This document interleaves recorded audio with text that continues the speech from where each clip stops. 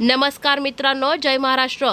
उद्धव ठाकरे गटासाठी वाईट बातमी। कोणत्याही महत्त्वाची बातमी बघूया। महाराष्ट्राच्या राजकारणात सध्या ऑपरेशन टायगरची चर्चा आहे। उद्धव ठाकरे यांच्या नेतृत्वाखाली शिवसेनेतील खासदारांचा एक मोठा गट फुटू शकतो असं वारंवार बोललं जातंय। काल मंत्री आणि शिवसेना नेते संजय शिरसाट यांनी हे कधीतरी घडणारच आहे असं सांगितलं। ऑपरेशन टायगर केव्हा कधी करायचं याची एकनाथ शिंदे साहेबांना कल्पना आहे। ज्या दिवशी गरज भासेल त्या दिवशी एकनाथ शिंदे साहेब ऑपरेशन टायगर यशस्वी करतील। उद्धव ठाकरे गटाचे अनेक आमदार आणि खासदार आमच्या संपर्कात आहे। एक दिवस हे घडणारच आहे। उद्धव ठाकरे गटाकडे आता ती ताकद राहिलेली नाही असं संजय शिरसाट म्हणाले होते।